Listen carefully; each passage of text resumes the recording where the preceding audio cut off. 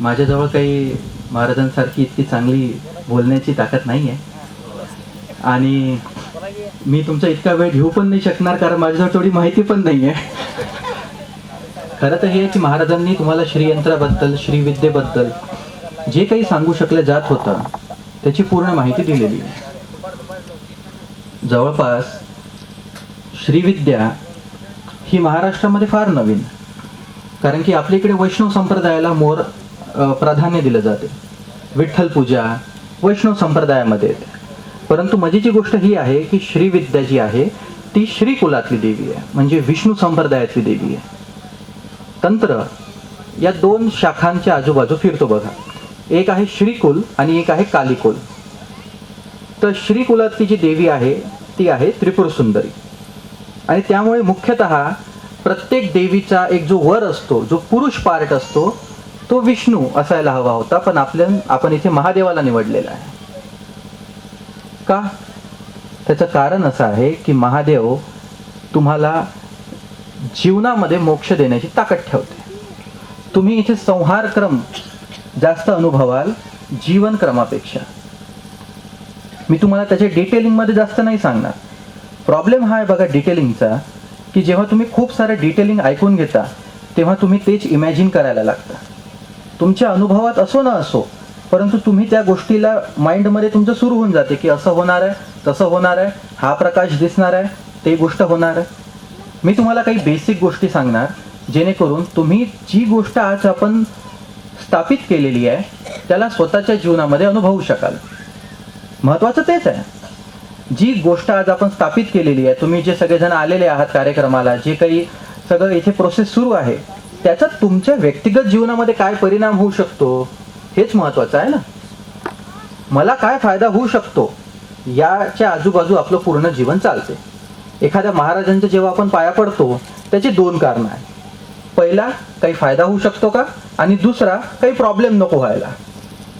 अर्धे लोक मी बघितले की महाराजांच्या पाय याच्यात पडते की बाबा हे पायाने पडलं आणि त्याला राग आला आणि त्याने काहीतरी बुचकी मारली, तर त्याच्यापेक्षा पाया पडा मोकळा करा. महाराजही मोकळा, आपणही मोकळा. म्हणजे आपलं पूर्ण जीवन स्वार्थाच्या आजूबाजू फिरते असं म्हणायला हरकत नाही. आता त्यामध्ये काही चूक आहे का बघा? काही चूक नाही. कारण जीवन म्हटलं की श्वास घेण्याला सुद्धा काही ना काही स्वार्थ आहे. विदाऊट स्वार्थ आपण श्वास सुद्धा घेत नाही, जेवण सुद्धा करत नाही. त्यामुळे जो काही पूर्णच्या पूर्ण जीवनाचा प्रवास आहे तो या दोन गोष्टींवर डिपेंड करते, की कारण आणि कर्म. की तुम्ही जे काही करत आहात त्याचं काही ना काही कारण असलं पाहिजे ना, रिझन असलं पाहिजे, नाही तुम्ही कराल नाही.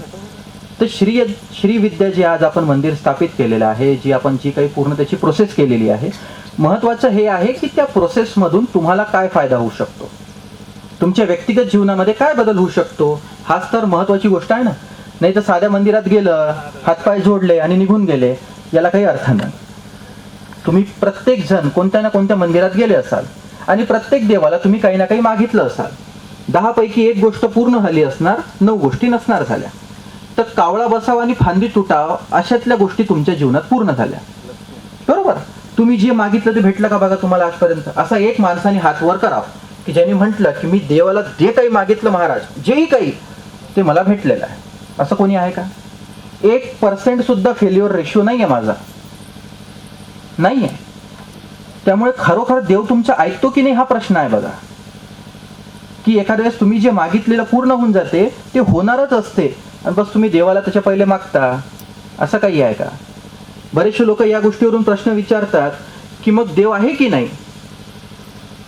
देव आहे, परंतु प्रश्न हा आहे की तुम्ही जे मागता ते त्याच्यापर्यंत पोहोचते की नाही. का तुम्ही स्वतःला तेवढं एबल करू शकता की तुम्ही अस्तित्वासोबत किंवा देवासोबत, त्या देवीसोबत तुम्ही वार्तालाप करू शकाल? का तुमच्यामध्ये तेवढी ताकद आहे की त्याची ऊर्जा तुमच्यामध्ये उतरू शकणार? का तुमच्या भीतर तेवढी मौन, तेवढं प्रेम, तेवढी प्रार्थना त्या अस्तित्वाबद्दल निघत आहे की ती ऊर्जा तुमच्यात उतरणार? प्रश्न हाच आहे. तर मी जास्त वेळ तुमचा नाही घेता, तुम्हाला 2 छोट्या छोट्या प्रोसेस देऊन जाणार फक्त. या प्रोसेसवर भरोसा ठेवा, माझ्यावर ठेवू नका. आजकालची जी परिस्थिती आहे ती अशी झालेली आहे की साधू म्हटलं की कुठे ना कुठे प्रत्येकाच्या नजरेमध्ये शंका आहे. फॅक्ट आहे. कारण की तुम्ही जे पिक्चर बघितलेले आहे PK सारखे, ओ माय गॉड सारखे, कुठे ना कुठे साधू किंवा संन्यासी किंवा आध्यात्मिक क्षेत्रामध्ये असलेल्या लोकांकडे एक वेगळीच नजर लोकांची झालेली आहे.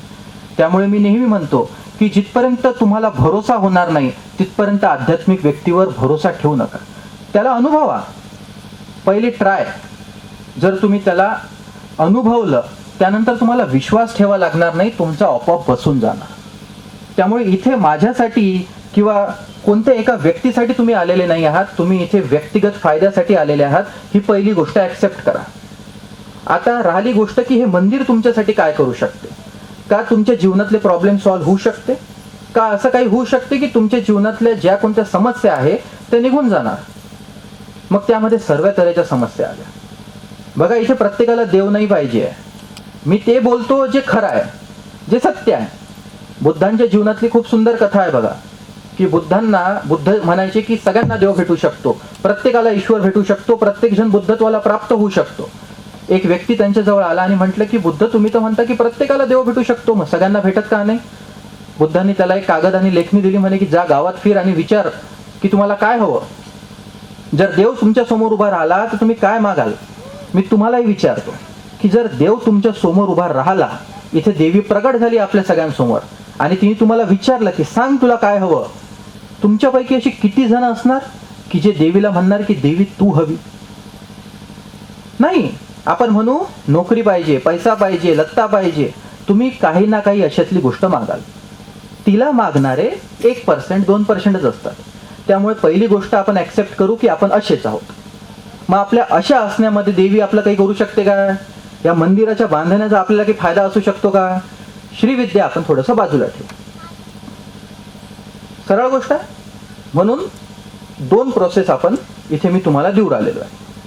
या प्रोसेसला केल्याशिवाय याच्यावर भरोसा ठेवायचा नाही. आणि जर या गोष्टींनी तुमच्यासोबत काम नाही केलं तर सरळ म्हणायचा की महाराज काही कामाचा नव्हता. इतक्या ताकदीत समोर आलेलो आहे. ही प्रोसेस जी व्यक्ती इथे बसलेली आहे आणि फक्त इथे बसलेल्या व्यक्तींच्या जीवनात काम करणार, 100% माझी गॅरंटी. फक्त ही करून पाहायची. पुढच्या काही दिवसांमध्ये जी काही आपण स्थापना केलेली आहे त्याची निखार चढणार. एका दिवसात देवी नसते येत. तुम्ही तिच्या काही अंगदेवता, काही सृजन शक्त्या बोलवता, जे आपण बोलवलेल्या आहे. आणि कालांतराने तिची ऊर्जा वाढत जाते, वाढत जाते, वाढत जाते आणि तिचं नाव लौकिक होत जाते. एका दिवसात काही देवी येते आणि बसते असं नसते होत. ती स्लो प्रोसेस आहे. ती एका दिवसात जर धडकन केली तर मूर्ती फुटायची. कारण देवीची ताकद सांभाळणारी कोणती मूर्ती मनुष्य जातीत नाही बनलेली आहे. ती हळूहळू हळूहळू ऊर्जा स्वतःमध्ये ओढते. त्यामुळे मी तुम्हाला सांगतो की एक सिंपल गोष्ट करून बघा. जेव्हा तुम्ही कनेक्ट कराल देवीसोबत, स्वतःला त्या मूर्तीसोबत, त्या यंत्रासोबत तुम्ही कनेक्ट कराल, तुम्ही जुडून जाल, तेव्हा ती गोष्ट तुमच्या जीवनात काम करणार. तेव्हा असं होणार की तुमची इच्छा अस्तित्वासाठी आदेश असणार. तुम्हाला हवं ते देवी तुम्हाला देणार. तुमचा आदेश म्हणून नाही, तुमच्यासाठीचं प्रेम म्हणून. कारण तेव्हा तुम्ही स्वतःला त्या पात्र केलेलं आहे की तुम्ही त्या अस्तित्वासोबत जोडू शकला स्वतःला. तुम्ही देवीसोबत आता स्वतःला जोडू शकला. हेच तर महत्वाचं आहे ना, की तुम्ही देवीसोबत स्वतःला जोडू शकलात की नाही. काय करायचं आहे? तुम्ही बसा, देवीसमोर बसाल किंवा मंदिराच्या आसपास कुठे पण बसाल. त्या श्रीयंत्र जिथे काढलेलं आहे त्या पूर्णच्या पूर्ण घेऱ्याच्या मधात. आणि एक बीजाक्षर देऊ राहिलो बघा मी तुम्हाला. बीजाक्षर आहे ह्रीम. ह ला र, HRIM, ह्रीम. हा देवीचा मुख्य बीजाक्षर आहे. या बीजाक्षराला हवं तेवढा वेळ मनातल्या मनात किंवा तुम्ही जर थोडं ह्रीम ह्रीम ह्रीम ह्रीम असं जरी जपू शकलात तरी चालते. 5 मिनिटं ही प्रोसेस करायची. आणि 5 मिनिटं ही प्रोसेस केल्याच्या नंतर म्हणायचं की जो काही आजची साधना आहे देवी तुझ्या चरणी समर्पित. असं रोज करायचं 5 मिनिटं. 20 ते 30 दिवसांच्या आत तुम्हाला लक्षात येणार की तुमच्या जीवनामधल्या कुठे ना कुठे काही गोष्टी बदलत चालल्या आहेत. 3 महिने जर ही प्रोसेस कोणी केली 5 मिनिटं दिवसाची, आणि असं कोणीच नाही आहे पृथ्वी तलावर की जो 5 मिनिटं स्वतःसाठी देऊ नाही शकत. जसं खाण्यासाठी तुम्ही 10 मिनिटं देता, जसं गप्पा मारण्यासाठी आपण 1 घंटा देतो, मोबाईलचे व्हॉट्सअप चेक करायला 2 घंटे देतो, तसंच स्वतःच्या फायद्यासाठी आणि प्युअरली स्वतःच्या फायद्यासाठी तुम्ही ही गोष्ट करून बघा. 5 मिनिटं ह्रीम मंत्राचा जाप करायचा आणि देवीच्या चरणावरती ऊर्जा सोडून द्यायची. हे करा आणि एखादा संकल्प घेऊन बघा की मला ही गोष्ट हवी आहे, मी ही करून बघणार. आणि ती पूर्ण होते की नाही बघा. मग फायद्याची गोष्ट झाली हो की नाही? फायद्याची गोष्ट बोललो ना. तुम्हाला काहीतरी जिंदगीत हवं आहे की नाही? पैसा, लत्ता, शौहरत, इज्जत, पोरीचं लग्न, पोराचं लग्न, पोराची सेटलमेंट, तुमची सेटलमेंट, तुमचं म्हातारपण, तुमच्या तब्येती. बरोबर हो की नाही? अरे हो की नाही? प्रत्येकाला काही नाही काही पाहिजे. आपण फॅक्ट्सवर बोलूया. तर हे झालं जीवनक्रम. बरोबर. म्हणजे आता तुम्हाला जे जीवनासाठी हवं आहे तुम्ही इकडून मिळवू शकता. आता ज्याला संहारक्रम, जसं की महाराजांनी म्हटलं की संहारक्रम म्हणजे काय? की तुमच्या सगळ्या गोष्टी सुटत जाते, अस्तित्वामध्ये एक होत जातं. ज्याला ध्यानाशी घेणं देणं आहे, ज्याला देव हवा आहे, जो 1% वर्ग असते की नाही, ज्याला खरोखर देवाशी घेणं देणं आहे, जो म्हणते की जिथपर्यंत तू भेटणार नाही तिथपर्यंत मी थांबणार नाही. मी मिटलो तर चालते, मी संपलो तर चालते, पण तुझ्यात मिसळल्याशिवाय थांबणार नाही. तो जो 1% वर्ग आहे त्याच्यासाठी फक्त ओंकाराची साधना. त्यांनी महादेवाच्या समोर बसायचं किंवा महादेवाच्या साईडनी बसायचं. जेव्हा मी त्याला प्रस्थापित केलेलं आहे तेव्हा त्याचे 2 भाग पाडून केलेला आहे. त्यामुळे इथे जे लिहिलेलं आहे की जगात एकमेव, तर खरं तर हे आहे की हे श्रीयंत्राचं एकमेव मंदिर नाही आहे जगात, परंतु 2 मूर्ती एकत्र असलेलं पहिलं मंदिर आहे. शिव आणि शक्तीची मूर्ती असलेलं एकमेव मंदिर आहे. मग त्याचं कॉन्सिक्रेशन करणं किंवा त्याचं स्थापना करणं ही एक खरोखर कठीण गोष्ट आहे. कारण तुम्ही साध्या सोप्या शब्दात सांगू तर नवरा बायको एकत्र किती वेळ बसू शकतो? जास्त वेळ नाही बसू शकत ना. तंटा होणार ना. इथे पण नाही बसले एकत्र बघा. कारण माहिती आहे 1 घंटा सोबत जर बसले तर व्हायचे भांडणं, त्याच्यापेक्षा वेगळे बरे. आता ते पण नवरा बायको आहे, त्यांना एकत्र किती वेळ ठेवता? त्यांची ऊर्जा वेगळ्या तऱ्हेने काम करते. महादेव वेगळ्या पद्धतींमध्ये काम करते, देवी वेगळ्या पद्धतींमध्ये काम करते. त्या दोघांना एकत्र करणं ही माझ्यासाठी खरंच एक चॅलेंजिंग गोष्ट होती. परंतु अस्तित्वाच्या कृपेने जे काही मी करू शकलो ते करण्याचा आपण पूर्ण प्रयत्न केलेला आहे. त्यामुळे या श्रीयंत्राचे 1 2 आणि 2 1 भाग आहे. म्हणजे हा श्रीयंत्र जेवढा आपण वरून बनवलेला आहे तेवढा जमिनीच्या खाली बनवलेला आहे. जरी तो अदृश्य असणार तरी सुद्धा हा तुम्हाला दोन्ही साईडने बेनिफिट देणार. शिव ताकदीत सुद्धा, देवीच्या ताकदीत सुद्धा. फक्त इतकं करायचं की जेव्हा तुम्हाला जीवनासाठी काही हवं असणार तेव्हा देवीकडे येऊन बसायचं, आणि जेव्हा तुम्हाला मोक्षाशी रिलेटेड, देवाशी रिलेटेड, ध्यानाशी रिलेटेड, प्रार्थनेशी रिलेटेड काही हवं असणार तेव्हा शिवाकडे जाऊन बसायचं. शिवाच्या मूर्तीला बघून फक्त ओमकाराची ओम, जेवढं तुम्ही काल जसा आज किंवा आज आपण जे केलं सकाळी जे पूजेला होते ओमकाराची ध्वनी, तुम्ही बस ओमचा नाद सुरू ठेवा 5 मिनिटांपर्यंत, आणि 3 मिनिटांपर्यंत अशा प्रकारे आपण त्या जागेला बनून चाललेलो आहे की ज्याला ध्यानात उतरायचं आहे त्यांनी आतमधल्या गाभेमध्ये बसून ध्यानाला जर बसले तर ही माझी गॅरंटी आहे की 3 मिनिटाच्या आत तुम्हाला ध्यानाचे अनुभव सुरू होऊन जाणार. अशी शक्ती आपण त्याच्या आतमध्ये एकत्रित केलेली आहे. 3 मिनिटं जर तुम्ही शांत त्या आतमधल्या गाभाऱ्यात बसाल तर प्रत्येकाला, कोणी किती बी मेला मुर्दा असो, ज्याला काही अनुभव नसो, त्याला सुद्धा काही ना काही ध्यानाच्या झलका येणं सुरू होऊन जाणार. एवढं माझं तुमच्यासाठी गिफ्ट आहे उरंतर. आणि या गोष्टीचं मी वचन देतो की अप्रत्यक्षरित्या मी नेहमी आतमधल्या गाभाऱ्यामध्ये हजर राहणार. त्यामुळे माझी ताकद जर कोणाला अनुभवायची असणार तर ताकदीवर अनुभवायची की महाराज तुम्ही बोलले होते दमशील तर काहीतरी अनुभव करून दाखवा, आणि अनुभव नाही झाला तर तुम्ही म्हणाल ते हरून जाणार नाही. एवढं माझं वचन प्रत्येकाला. आतमधल्या ऊर्जेमध्ये गेल्यावर 3 मिनिटाच्या आत तुम्हाला ध्यानाचे अनुभव येणं सुरू होऊन जाणार.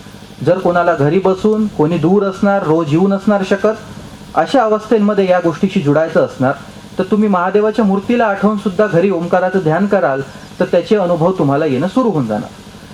देवीचा चेहरा आठवून तुम्ही ह्रीम मंत्राचा जाप कराल, त्याचे पण अनुभव तुम्हाला त्या त्या जागेवर येऊन जाणार. एवढं माझं वचन तुम्हाला. एका दरवाजातून 2 लोक गेल्यापेक्षा एकच वेगळं असलेलं बरं ना.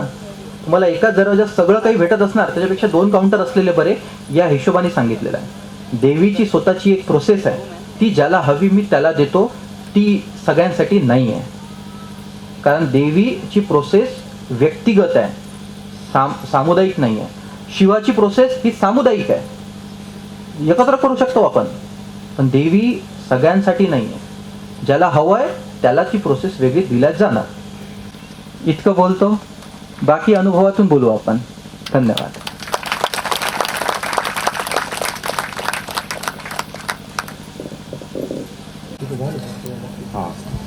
आता प्रश्नोत्तराचा भाग घेऊया.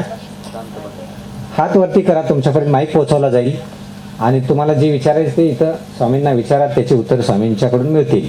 कोणीच काही विचारलं नाही असं व्हायला नको, म्हणजे सगळेच सुखी आहेत असा अर्थ होईल.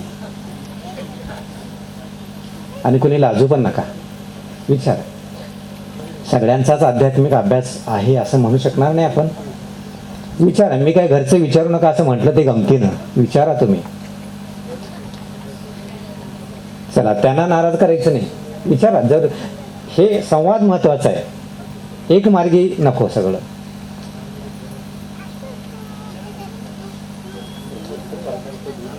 हा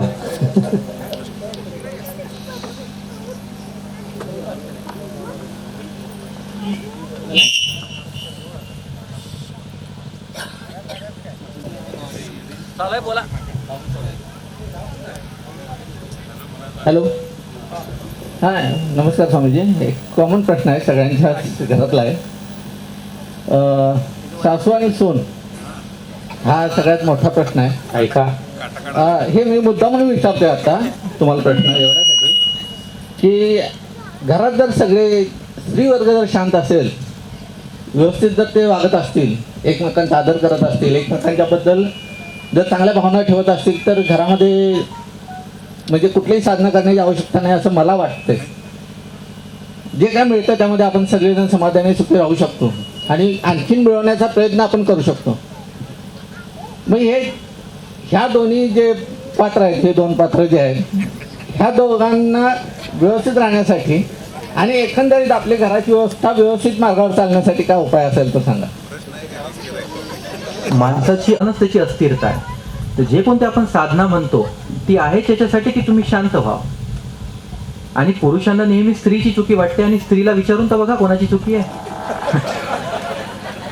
आणि मी हिंमतीचा माणूस म्हणतो, तुमची बायको नाही वाटते इथे. नाही, हा प्रश्न मी मुद्दाम आहे तर मग एक गोष्ट माझं म्हणजे एक मत आहे. आयुष्यामध्ये सुरुवातीपासून मी जेव्हापासून लहान होतो तेव्हापासून मला असं वाटत होतं की परमेश्वर मला भेटावा. पण लग्न झालं? नाही, लग्न झालं हा प्रश्नच नाही आहे. पण प्रत्येक वेळेला कसं होत गेलं की आता ज्या वेळेला एखादी रामायणची सिरियल लागते त्यावेळेला ते पात्र आपल्याला भावतं आणि आपल्याला वाटतं की खरोखर हा ट्रॅक बरोबर आहे आणि याची साधना केल्यानंतर आपण त्या ह्याच्यापर्यंत पोहोचू शकतो. म्हणजे रामायणातलं कोणतं, रावणाचं पात्र का? नाही, रावणाने खूप साधना केली होती. नाही, केली की साधना. बघा, साधनेचं एक सिंपल गोष्ट आहे. विकृती प्रत्येकाच्या जीवनामध्ये आहे. मग तो स्त्री असो, तो पुरुष असो, तो लहान असो, मोठा असो की म्हातारा असो. प्रश्न हा आहे की त्या विकृतींना सुधारण्यासाठी तुम्ही काय करता. आजपर्यंतचा प्रॉब्लेम हा आहे आपला की आपण नेहमी बाहेरच्या जीवनाकडे लक्ष देतो किंवा बाहेरून असं काही करण्याचा प्रयत्न करत आहे की आतमधली गोष्ट शांत होऊन जा. बरोबर. आपण काय म्हणतो की समजावून घ्या बाबा एकमेकांना. तुम्ही समजून घेतलं की तुमचे भांडण कमी होणार. पण ते भांडणाचं कारण बाहेर आहेच नाही की ती आतमधली चिडचिड आहे, तो आतमध्ये दडलेला राग आहे, ती आतमधली असंतुष्टता आहे की जी बाहेर दिसून येत आहे. बरोबर. तर पिंडी ते ब्रह्मांडी आहे. जर तुम्ही आतमधून शांत असाल, आतमधून तुमचं जीवन असं असणार की तुम्ही आनंदित आहात. तुम्हाला राग लोभ कमी झाला, गायब नाही म्हणता येईल, कमी झाला, किंवा तुम्ही नेहमी कंपॅरिझनच्या जगामध्ये न राहता स्वतःवर थोडं लक्ष द्यायला लागले, तर प्रत्येकाचं घर गोकुळ बनून जाणार. ते कधी होणार, जेव्हा तुम्ही खरोखर साधनेला थोडंसं महत्त्व द्याल, तुम्ही स्वतःला थोडंसं महत्त्व द्याल. आपण प्रत्येकजण स्वतःसोबत काही ना काही बोलत असतो. बघा, प्रत्येकजण आपल्या माइंडमध्ये स्वतःसोबत काही ना काही 24 घंटे बोलत असतो. बरोबर. त्या बोलण्यामध्ये आपण स्वतःचा किती वेळा विचार करतो, किंवा जो स्वतःचा विचार करतो तो चांगला करतो की खराब करतो, एकदा विचार करून बघा बरं. तुम्ही नेहमी स्वतःला कोसता, काय बाई मी अशीच आहे, काय बाई तो असाच आहे, मी असं केलं असतं तर तसं झालं असतं, आपण असं असतो तर तसं झालं असतं. जरा तुम्ही स्वतःसोबतचं संभाषण आठवा. निगेटिव्ह आहे 90%. अशा संभाषण जेव्हा तुम्ही स्वतःसोबत मॅक्झिमम वेळ करत आहात, आता तुम्ही बाहेर हा विचार करताय की चांगलं होणार, कसं पॉसिबल आहे बघा. म्हणून आतमध्ये शांत होणं, आतमधून थोडीशी साधना असणं गरजेचं आहे, जेणेकरून तुमचं बाहेरचं जीवन आपोआप चांगलं होऊन जाणार. बऱ्याच वेळेला होते बघा की तुम्ही सकाळी उठता, तुम्हाला एकदम मस्त वाटते, आतमधूनच चांगलं वाटते, तुम्ही खुश असता एखाद्या दिवशी उठल्याच, आणि जेव्हा तुम्ही खुश असा आतमधून, तेव्हा तुम्ही बाहेर एखादा प्रॉब्लेम जरी आला तुम्ही अरे जाऊ दे ना, सोडून चल मोकळं कर. आणि एखादा दिवस असतो की तुम्ही आतमधूनच एवढे चिडचिड झालेले असता की बाहेर एखादी चांगली जरी गोष्ट होत असणार तरी तुमची चिडचिड त्या गोष्टीवर निघते आणि सगळं काही खराब होऊन जाते. हे सांगण्याचा अर्थ एवढाच की सगळं काही आतमधून संचालित आहे. त्यामुळे साधना, प्रार्थना, ध्यान या ज्या विधी आहेत त्या आतमधून समतोल निर्मित करण्यासाठी आहे. त्याचा उद्देश परमात्माचा आहे असं समजू नका तुम्ही. जसं मी पहिले बोललो की प्रत्येकाला देव नाही हवाय, पण एक आनंदी, स्थिर, सुंदर जीवन प्रत्येकाला हवं आहे. ते साधनेतून निर्मित होते. हॅलो. की इतर पशुपक्ष्यांना खाण्यासाठी जगणे आणि जगण्यासाठी खाणे हा विषय लावलेला आहे. काम हा तिसरा विषय. परंतु मनुष्य प्राणी असा आहे की त्याला तेवढ्यासाठीच निर्मिती केलेली नाही.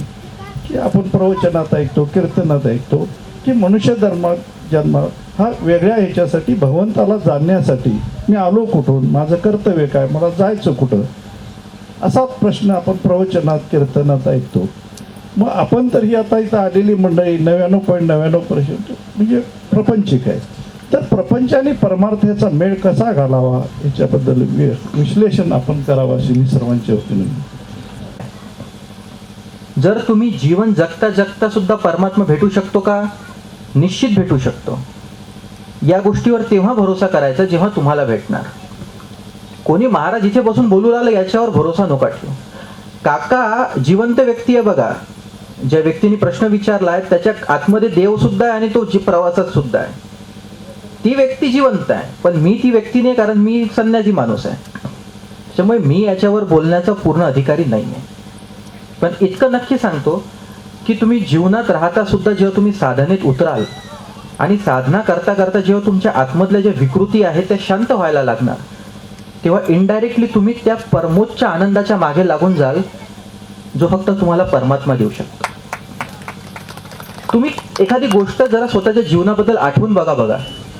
आपल्यापैकी प्रत्येकाने एखाद्या गोष्टीचं स्वप्न बघितलं असणार. सामाजिक जीवनात असताना आपण घराचं स्वप्न बघू, गाडीचं स्वप्न बघू, नोकरीचं स्वप्न बघू, किंवा वयातली मुलं मोबाईल, गर्लफ्रेंडचं स्वप्न बघणार. फॅक्ट आहे. आपण एखाद्या माणसाबद्दल बघू ज्यांनी स्वप्न बघितलं की त्याला नोकरी लागल्यावर घर बांधायचं आहे. त्याच्या स्वप्नामध्ये एक घर असते बघा, की मी जागा घेणार, असं घर बांधणार. आता त्या पूर्ण प्रोसेसमध्ये तुम्ही पैसा जमवता, लोन काढता, हे करता, ते करता, घर बांधता. घर बांधल्यावर आनंद भेटतो, पण खरोखर तो आनंद किती दिवस टिकतो? तुम्ही 2 महिन्यानंतर नवीन गोष्टीच्या मागे लागता की नाही, आता या घराला फर्निचर हवं, याला कलर हवा, याच्यासमोर गाडी हवी. कळतंय? म्हणजे तुम्ही प्रत्येक वेळी फक्त आनंद शोधताय गोष्टींमधून. तुम्हाला गोष्टी नाही पाहिजे, तुम्हाला त्याच्या मागचा आनंद हवा आहे. जस्ट बिकॉज की तो तुम्हाला नेहमीसाठी तृप्त नाही करू शकत, म्हणून तुम्ही प्रत्येक वेळी नवीन गोष्ट शोधताय. आणि बिकॉज आपल्याला फक्त बाहेर शोधण्याची सवय लागलेली आहे, त्यामुळे आपण आतमध्ये शोधणं जणू काही विसरलेलो. बरोबर? जर तुम्हाला जीवनात राहताना परमात्म्याच्या जवळ जायचं असणार तर साधना करा. साधना म्हणून काय?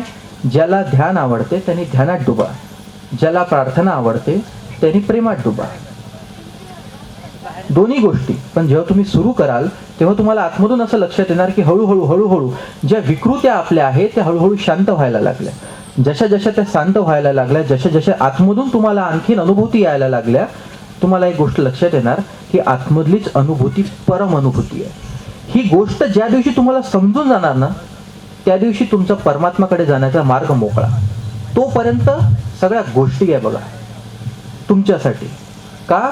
कारण जी गोष्ट अनुभवातली नाही आहे ती बौद्धिक आहे, आणि बौद्धिक गोष्ट जास्त वेळपर्यंत टिकत नाही. विचार टिकतो का जास्त वेळ? सेकंदाला बदलतो. त्यामुळे पहिले अनुभव करून बघा स्वतःचा. एक प्रश्न असा आहे, आपण प्रत्येक व्यक्ती मुक्तीच्या दिशेनं पाऊल टाकतो असं जर गृहीत धरलं, अध्यात्मातून मुक्ती आणि संसारातून मुक्ती. अध्यात्म आणि संसार याचं जे मनामध्ये चाललेलं द्वंद्व असतं, म्हणजे माणूस एक मार्ग शोधतो, अध्यात्मक पहिला अध्यात्माकडे जावं की संसारात मग्न व्हावं, हे जे प्रत्येक माणसाच्या मनातलं एक जे द्वंद्व असतं याच्यावरती तुम्ही काय सांगू शकाल? याची जिवंत धारा आपल्या महाराष्ट्रामध्ये आहे. त्यामुळे जिथपर्यंत आपण अध्यात्म आणि बाहेरचं जग यांना 2 वेगळ्या गोष्टी समजू, हीच सगळ्यात मोठी चूक आहे बघा.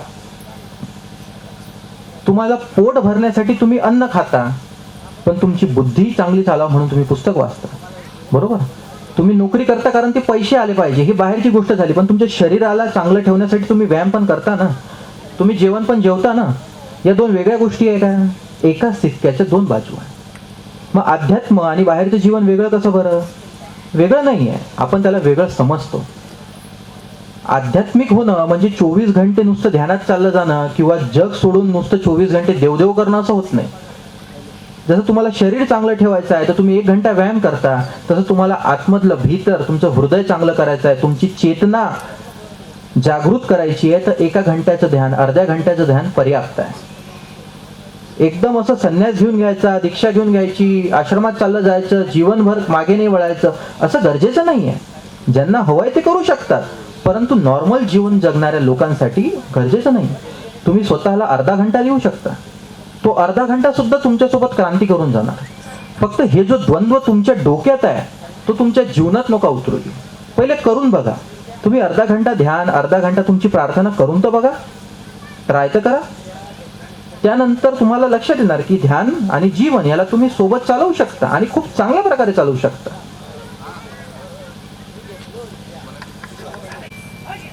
नमस्कार मॅडम. आता वडिलांचं मुलग्याचं आईचं आता जिथे पटत नाही, ऊर्जा निघाली, त्याला कारण काय? मुलगा वडिलाला बघत नाही, आईला काय जमत नाही, त्याला कारण काय? तुम्ही तुमच्या वडिलांना असंच होते का? बघा, ही समाजातली कम्युनिकेशन गॅप समजतो मी, की जेव्हा मूल मोठं होत आहे तेव्हा त्याला निव्वळ वाऱ्यावर सोडायचं, त्याच्यासोबत कम्युनिकेशन करायचं नाही, त्याच्या हिशोबाने न करता नेहमी तुम्ही तुमचे स्वतःचे विचार त्याच्यावर दाडकले. लहानपणी तो छोटा आहे बघा, तो तुमच्यावर डिपेंडंट आहे म्हणून तो ऐकून घेऊ राहिला. एकदा तो मोठा झाला, तो कमवायला लागला, त्याला समजलं की तुमची ऊर्जा कमी झाली आणि त्याची वाढली, मग तो तुमच्यासोबत तसाच वागणार जसं तुम्ही त्याच्यासोबत तेव्हा वागत होते जेव्हा त्याची ऊर्जा कमी होती. ही कम्युनिकेशन गॅप आहे. इथे काही आध्यात्मिक आणि सांस्कृतिक गोष्टी नाही आहे या. इथे प्रत्येक परिवारातली कम्युनिकेशन गॅप जेव्हा जिथे जिथे निर्माण होणार तिथे तिथे अशी समस्या नेहमी राहणार. तर हे परिवारातल्या आतमधल्या मोठ्या लोकांवर आहे की तुम्ही लहान पोरांसोबत कशा प्रकारचे संबंध ठेवता. जर तुम्ही त्यांचा आज आदर कराल तो उद्या तुम्ही म्हातारे झाल्यावर ते तुमचा आदर नक्की करणार. तुम्ही जर त्यांना अबे लहान आहे, तुला अक्कलने समजत नाही, या प्रकारे तुम्ही त्यांना नेहमी ट्रीट करत राहाल, तर तुम्ही जेव्हा म्हातारे व्हाल तेव्हा ते हेच म्हणणार की ओ बाबाजी झाले म्हातारे, तुम्हाला अक्कलने व्हा बाजूला. ही कम्युनिकेशन गॅप आहे, ती प्रत्येकाला स्वतःची स्वतः हँडल करायला लागणार. तिथे अध्यात्म काही नाही करू शकत. काय म्हणते?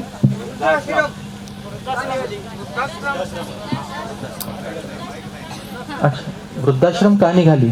मी नाही काढली बघा. निघाले कारण काय? काय म्हणजे जी म्हातारी लोक स्वतःच्या जेव्हा कर्माचा नियम माहिती आहे ना, मोठा साधा आहे बघा. तुम्ही स्वतःच्या आईवडिलांसोबत जशी आहात तशी तुमची मुलं तुमच्यासोबत असणार.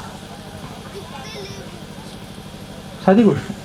पहिलेची म्हातारी लोक घरात राहून शिव्या खायची, आताची बाहेर निघून वृद्धाश्रमात राहतात. काही अशी मोठी गोष्ट नाही आहे त्यामध्ये. हो ना, मग तुम्ही तुमच्या आई वडिलांसोबत कसे होते हे सगळ्यात जास्त मॅटर करते ना. आजोबा, समाज कुठून बनते? हो, व्यक्तिगततेपासूनच बनतो ना. मग विनाकारण समाजाला दोष देण्यात काही अर्थ नाही आहे इथे. आणि असं का होत आहे? कारण आतमधली अनसर्टेनिटी वाढत आहे. पहिलेच्या काळात तुम्हाला काही दिसायचं नाही, तुमचं गाव, तुमचे 2-4 लोक, त्याच्या आतमध्ये तुमचं जग चालायचं. आता असं नाही राहिलंय. तुमच्या टीव्हीवर तुम्हाला दिसते की लोक कुठे चालले, त्यांच्यावर गाड्या आहे, घोड्या आहे, हे आहे, ते आहे. तुम्हाला ते तसं जगावंसं वाटते, तर तुम्ही सेल्फ केंद्रित होऊन जाता. तुम्ही नेहमी कंपॅरिझन मध्ये लागता, आणि जेव्हा तुम्ही कंपॅरिझन मध्ये अति लागून जाल तेव्हा तुम्ही एकामेकाची नफरत कराल. वळला की समाज त्या गोष्टींकडे. याचं कारण एकच आहे, आतमधून आपण भिकारी झालेलो आहे म्हणून बाहेरची अमिरी आपल्याला सतवायला लागलेली. जेव्हा तुम्ही आतमध्ये थोडेसे स्टेबल होऊन जाल, आतमध्ये जेव्हा तुम्ही शांत होऊन जाल, आतमध्ये जेव्हा तुम्ही ध्यानी होऊन जाल, तेव्हा बाहेरच्या गोष्टींचा जास्त तुमच्यावर इफेक्ट नाही होणार. ती अवस्था प्राप्त करणं तुमच्या हातात आहे, ती तुम्ही करू शकता. प्रश्न बस इतका आहे की तुम्ही स्वतःवर मेहनत करायला तयार आहात की नाही. काही जादू होणार नाही, काही तुमच्या पदरी कोणी डायरेक्ट आणून देव टाकणार नाही. असा कोणता देव आला नाही. तुम्ही वयाच्या 50-60 आहात, काही तुमच्या जिंदगीत चमत्कार झाला का? नाही. का? कारण तुम्ही मेहनत घेतली नाही तो चमत्कार होण्यासाठी. आताही शेवटचे दिवस आहे, चमत्कार घ्यायची इच्छा आहे का? तो तुमच्या हातातला प्रश्न आहे. देव तुम्हाला भेटू शकतो का? भेटू शकतो.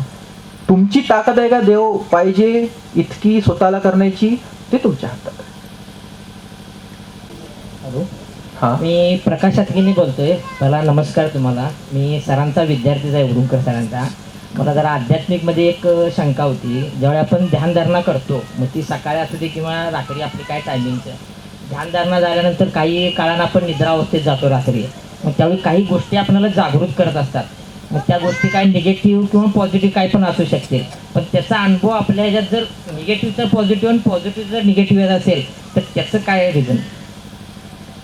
कोणती पण साधना जर खरोखर करायची असणार ना, सगळ्यात महत्त्वाची व्यक्ती आहे की तुम्ही कोणाचा हात धरून चालत आहात. हे निगेटिव्ह पॉझिटिव्ह गोष्टी साधकाच्या हातातल्या नसतात, त्या गुरुच्या हातातल्या असतात. तुम्हाला कसा अनुभव येणार हे गुरुच्या हातात आहे.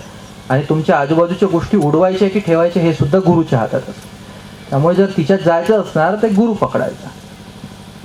आणि एक सिंपल गोष्ट सांगतो की जे स्वतःहून मेडिटेशन सुद्धा करत असणार त्यांनी एक गोष्ट ॲड करून बघा. मेडिटेशन झालं की इतकंच करायचं की आजचा जो काही अनुभव होता माझा तो अस्तित्वाला समर्पित, किंवा तुम्ही जे देवाला मानता त्या देवाच्या चरणी समर्पित. एवढं जर तुम्ही करून बघितलं तर तुम्हाला लक्षात येणार की हे जे त्रास करणाऱ्या गोष्टी या तुमच्या आजूबाजू येणार नाही.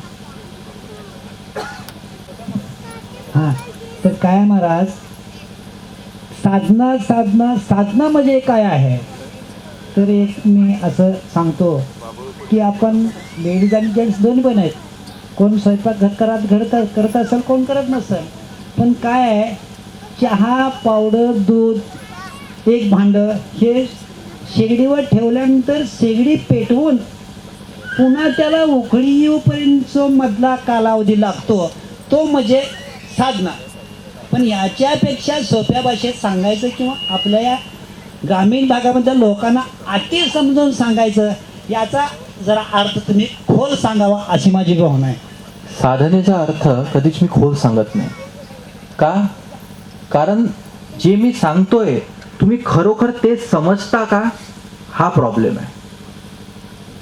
अनुभव घ्या. जे काही मी आता इथे बोललेलो आहे एखाद्या विषयावर, ते बाहेर जाऊन जेव्हा तुम्ही चर्चा कराल ना, तेव्हा प्रत्येक जण त्या गोष्टीबद्दल काहीतरी वेगळं बोलणार. नाही, महाराजांना असं म्हटलं, नाही तसं म्हटलं, हा म्हणणार असं म्हटलं, तो म्हणणार तसं म्हटलं. का? कारण प्रत्येक जण वेगळ्या प्रकारे गोष्टींना समजून घेतो. साधनेसाठी मी 2 गोष्टी दिलेल्या आहे. मला माहित नाही तुम्ही तेव्हा होतात की नाही, पण 2 गोष्टी मी पहिलेच दिलेल्या आहे. आणि मी हेही सांगितलं आहे की हे करून पहा काय अनुभव आहे तर तुम्ही तुमच्या जवळ ठेवा. पण व्यक्तिगत साधना हवी असणार तर ती व्यक्तिगततेतच दिल्या जाते, ती सामुदायिक दिली नाही जात. बरोबर? जी सामुदायिक दिल्या जाऊ शकते ती गोष्ट मी पहिलेच दिलेली आहे. पण तुम्ही जर व्यक्तिगत गोष्टी करत असाल की मला व्यक्तिगत साधना हवी किंवा प्रत्येकाच्या हिशोबाची साधना हवी, तिथं व्यक्तिगततेच देणार ना माणूस. ती सगळ्यांसमोर कशी देणार? आणि ती आहेच व्यक्तिगत. तुमची ताकद प्रत्येकाची आहे बघा, आहे ना वेगळी. जरी तुम्ही चहा आणि दही आणि दूध म्हटलं तरी दूध वापरताय कोणतं, म्हशीचं का गाईचं का रेड्याचं, हे पण मॅटर करते ना. त्यामुळे प्रत्येकाची ताकद वेगळी आहे आणि प्रत्येकाच्या ताकदीनुसार त्याची साधना वेगळी आहे. हे तर बघूनच द्यावं लागणार ना. त्यामुळे साधना हा शब्द याच्यासाठी दिला जाते की तुम्हाला गोडी लागाव की काहीतरी गूढ आहे, काहीतरी वेगळं आहे, काहीतरी जिंदगी बदलणार आहे. म्हणून घोड्याला पाण्यापर्यंत न्यात लागणार ना की पाणी मोठं छान लागते, पाणी प्यायचं की नंतर बघू आपण, ओढा तर लागणार ना. म्हणून साधना शब्द वापरला जातो. ज्याला हवी आहे तो व्यक्तिगत भेटून देऊ आपण त्याला, पण हवी असल्यास.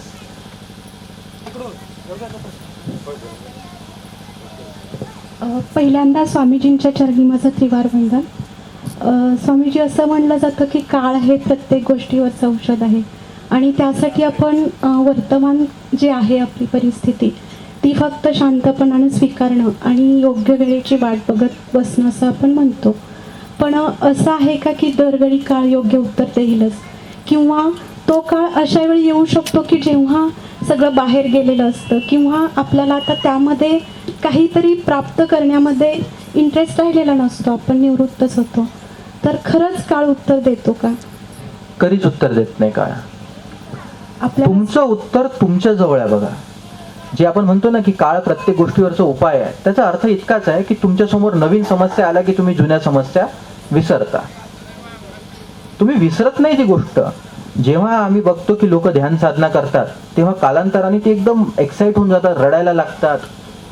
काही काळानंतर आतमध्ये जे सचलेलं आहे ना, जे त्यांनी जीवनभर दाबलेलं आहे ना, ते उफाळून बाहेर यायला लागतं. ते कधी ना कधी होऊन बसलं, ती गोष्ट त्यांच्या आतमध्ये अटकून गेली. नंतरचे जे अनुभव आहेत ते फक्त त्यांच्यावर धूळ जमत गेली, धूळ जमत गेली, धूळ जमत गेली. याचा अर्थ आतमधली जी धूळ होती ती नाही राहिली का आता? नाही, ती बस आतमध्ये चालली गेली. तुम्हाला व्यक्तिगत काम करायला लागणार. जर तुम्हाला आतमधून त्या गोष्टी रिमूव्ह करायच्या आहे, जे तुमचे बॅक बॅरियर्स होते, तर तुम्हाला व्यक्तिगत तुमच्या हृदयचक्रावर काम करायला लागणार. जशा जशा तुम्हाला हृदयचक्र खोलाल, तुम्हाला लक्षात येणार की मागच्या गोष्टी मोकळ्या होत चालल्या आणि तुम्ही एका नवीन जीवनाकडे अग्रसर होत चालले. नाही तर प्रॉब्लेम हा होते की मागच्या गोष्टी तर वेळेनुसार बाजूला हटतात, परंतु त्या गोष्टीसोबत झालेल्या ज्या गोष्टी आहे ना, ते तुमच्या माइंडमध्ये नेहमी गिल्ट म्हणून राहतात की अरे यार मागच्या वेळेस असंच झालं होतं, आताही तसंच होणार का, यार मग मी काही कामातच नाही आहे. बरेच लोक बिझनेस सुरू करतात बघा, तो बिझनेस फ्लॉप होतो. मग पुढच्या वेळी बिझनेस करताना त्यांच्या डोक्यात राहून जाते, अरे यार मी काही कामाचा आहे का, मागच्या वेळेस पडलं बिझनेस, 4 लोक बोलले, सगळीकडून इज्जत गेली. तिच्यातून तो शिकला नाही, ती जी गोष्ट त्याच्या मनात दडून राहिली ना, आता ती त्याला त्रास द्यायला लागलेली आहे बघा.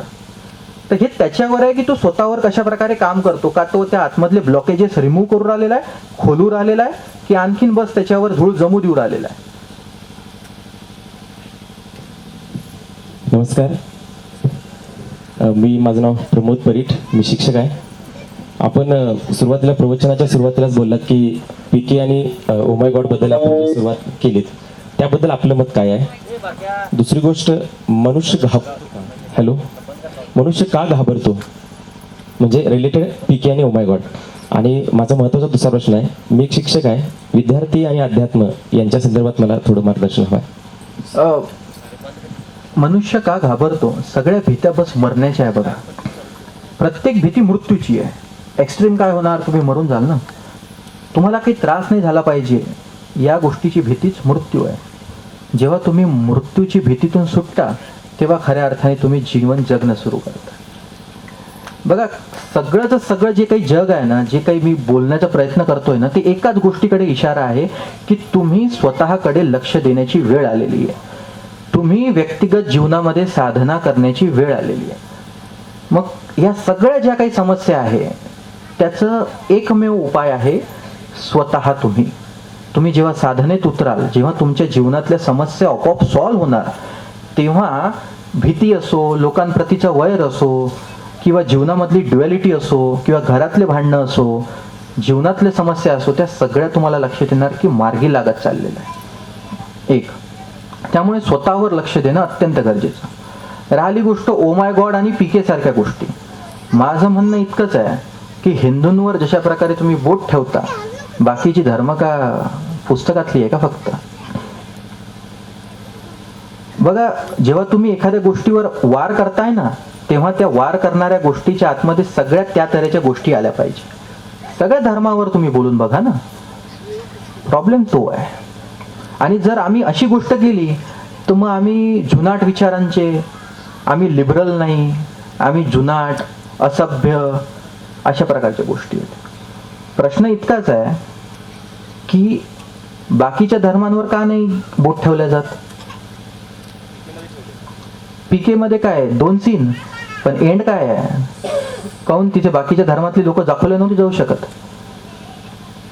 काय गोष्ट तो प्रॉब्लेमॅटिक आहे. आणि त्या सगळ्या व्ह्यूनी जी ओरिजिनल इमेज डेव्हलप होऊ राहिली आहे ती निगेटिव्ह आहे की पॉझिटिव्ह आहे? निगेटिव्ह आहे ना. लोकांचा व्ह्यू कसा होत आहे की सगळे बाबा म्हणजे गडबड आहे. रिझल्ट मॅटर करते ना. पेपर कसा सोडवला चालला हा मॅटर नाही करत, रिझल्ट काय निघून आलेला आहे. ओ माय गॉडचा तरी चला रिझल्ट चांगला दिला काहीतरी एंड. पीकेचा रिझल्ट काय आहे की सगळे बाबा नालायक असतात.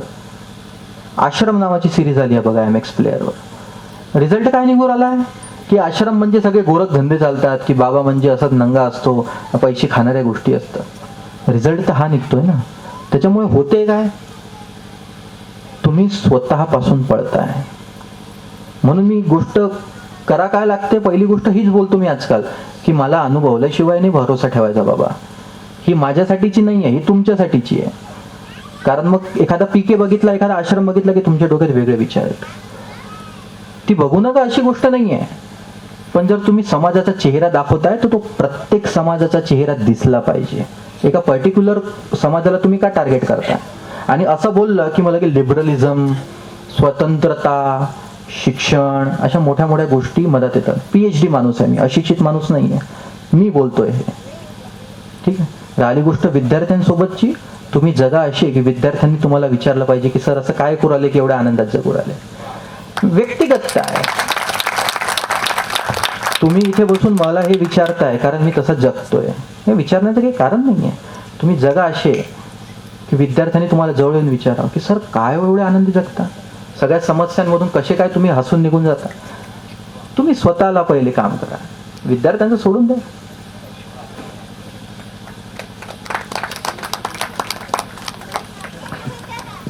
त्यांना विचारायचं.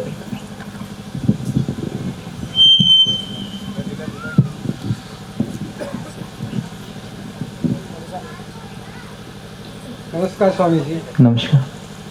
मोठेपणीचं जीवन हे लहानपणीच्या संस्कारावर डिपेंड असतं की मोठेपणीच्या स्वभावावर डिपेंड असतं की सभोवतालच्या वातावरण डिपेंड असतं की नशिबावर डिपेंड असतं? तुमच्यावर डिपेंड असतं. बघा मी तीच ती गोष्ट रिपीट करतोय. जीवन नेहमी तुमच्या समोर पॉसिबिलिटीज घेऊन येते. जेव्हा आपण 7 वर्षाचे असतो ना तेव्हा एक मुलगा नाही म्हणायला लागतो. जेव्हा तुम्ही 14 वर्षाचे असता, वयात येता आणि तुमचं काम शक्ती जागृत होते ना, तेव्हा तुमचे जो 2 उपाय, एक तर तुम्ही काम मध्ये उतरून जा किंवा तुम्ही ब्रह्मचर्यात उतरून जा. जीवन तुमच्यासमोर पॉसिबिलिटी घेऊन आलाय, तुम्ही काय निवड करता तुमच्या हातात आहे. 21 वर्षाचा मुलगा नेहमी राजकारणात ऍक्टिव्ह होऊन जाणार, त्याला वाटणार काय करू, जग जिंकून दाखवतो की काय. 21 ते 28 वर्षाच्या वयातल्या मुलाची स्वप्न बघा करोडपती बनण्याची असणार, काहीतरी अचीव करून, काहीतरी जगावेगळं करून दाखवतो अशी त्याचे विचार असणार. आणि त्याच वयात एक आणखीन विचार डेव्हलप होतो की मी ब्रह्मचर्यात उतरून जाऊ का, मी अध्यात्मात उतरून जाऊ का, बाहेर काहीतरी मिळवल्यापेक्षा मी आतमध्ये काहीतरी मिळवू का. पॉसिबिलिटी तुमच्या जवळ आहे, निवडू तुम्ही शकता. 28व्या वर्षी बघा तुम्ही स्टॅबिलिटी चाहता. 28 वर्षानंतर बऱ्याचशा लोकांचे लग्न होऊन जाते, ते पहिले घर बांधतात, पैसा जमवायला लागतात, किंवा ते नेहमीसाठी स्वतःमध्ये उतरू शकतात. पॉसिबिलिटी तुमच्या जवळ आहे. जीवन नेहमी तुमच्यासमोर 2 ऑप्शन घेऊन येते बघा, तुम्ही निवडता कोणतं हे तुमच्या हातात आहे. तुमचं जीवन तुम्ही निवडलेल्या गोष्टींच्या हातात. तुम्ही निवडलेली बायको तुमच्या घरातली गोष्ट आहे. तुम्ही कशी बायको निवडता हे तुमच्या हातात आहे. तुम्हाला दाखवल्या गेली होती पहिले, बरोबर, बायांना सुद्धा दाखवल्या गेली होती की हे बाई 4-5 जण आहे, कोणतं निवडलं तुम्ही. मग समाजाला स्वतःवर जबाबदारी नव्हती हवी, मग नशीब आता बाबा तुझ्या, आम्ही काय करणार आहे. कारण मग तुम्ही घरच्याला माराल ना काही प्रॉब्लेम झाला तर. म्हणून नशिबाची गोष्ट, नशीब काम नाही करत हे नाही म्हणत आहे मी, तो एक वेगळा कन्सेप्ट आहे. परंतु पॉसिबिलिटीज माणसाच्या हातात आहे. फक्त प्रॉब्लेम हा आहे की डोक्याच्या अति विचारांच्या मधात तुम्ही बरोबर विचार निवडू शकता की नाही. आणि तो तुम्ही तेव्हा निवडू शकाल जेव्हा हे थोडंसं शांत असेल. हे जेव्हा शांत असणार तेव्हा तुम्ही बरोबर गोष्ट निवडाल ना. नाही तर हा म्हणते, तो म्हणते, हा म्हणून राहिला इंजिनिअरिंग करून घेऊ लागले इंजिनिअरिंगला, मग 2 वर्षांतर समजते की आपली तर लायकीच नव्हती. असं मॅक्झिमम लोकांसोबत होते. हा म्हणते इथे इन्व्हेस्टमेंट करून टाक म्हणून करून टाकली, आणि मग सगळेच जण डुबले, आणि मग अरे यार त्यानं म्हटलं होतं म्हणून केली, यानं म्हटलं म्हणून केली. निर्णय कोणी घेतला? तुम्ही घेतला. गड्ड्यात कोण गेले? तुम्ही गेले. तर मग एक निर्णय तुम्हाला गड्ड्यात नेऊ शकतो, तर दुसरा निर्णय तुम्हाला पहाड सुद्धा चढवू शकतो. हे कधीच नका विसरू. आणि तुम्ही कधीच लेट होत नाही. हे तुमच्या हातात आहे की तुम्ही स्वतःचे निर्णय बदलायला, जीवनाला स्वीकार करायला तयार आहात की नाही, किंवा बस तुम्ही मागच्या गोष्टी घेऊन बसता आणि नशिबाला दोष देता आणि आजूबाजूच्या लोकांना दोष देता. हे तुमच्या हातात आहे.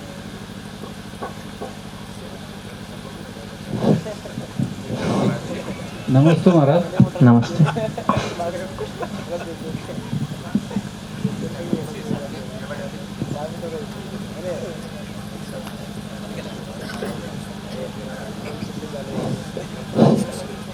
नमस्ते.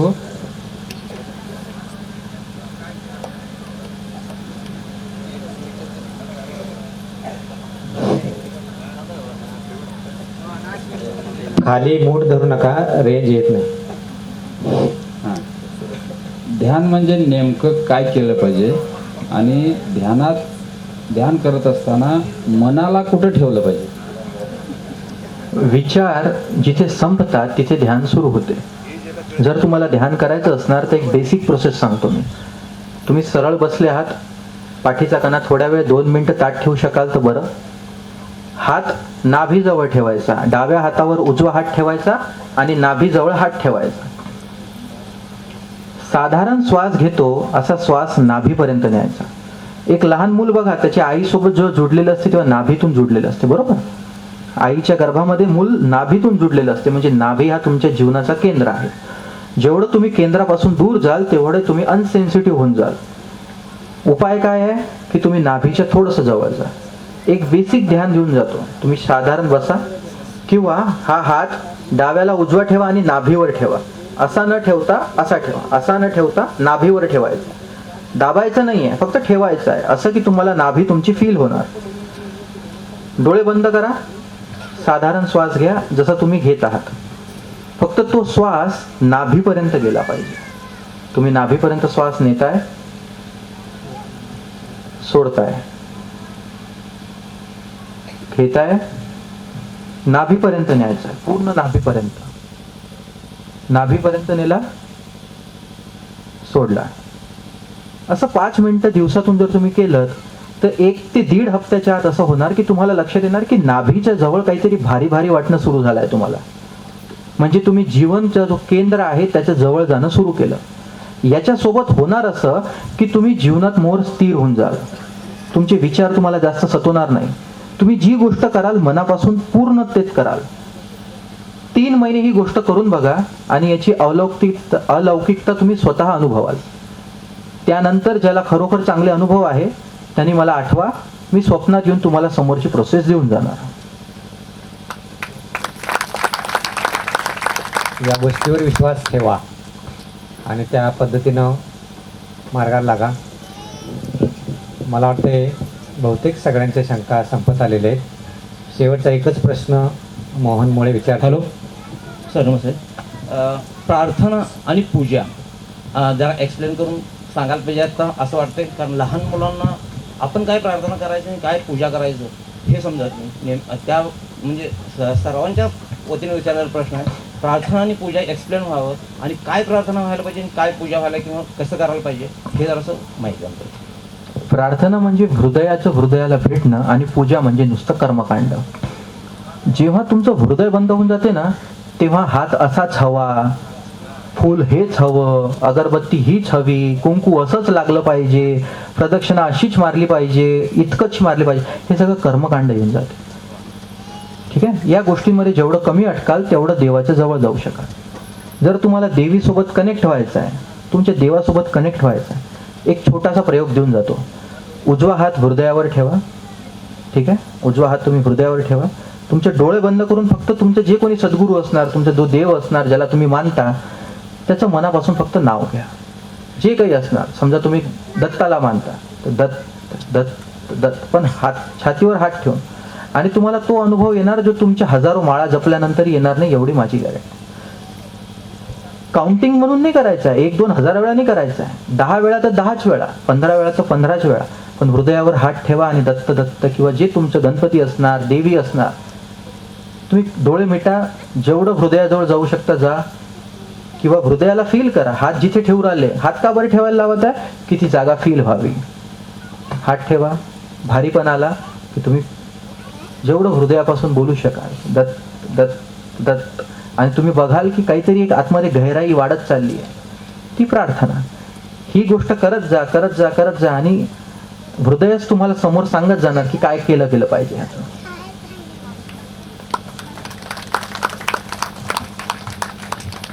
धन्यवाद. माणसाचं आयुष्य हे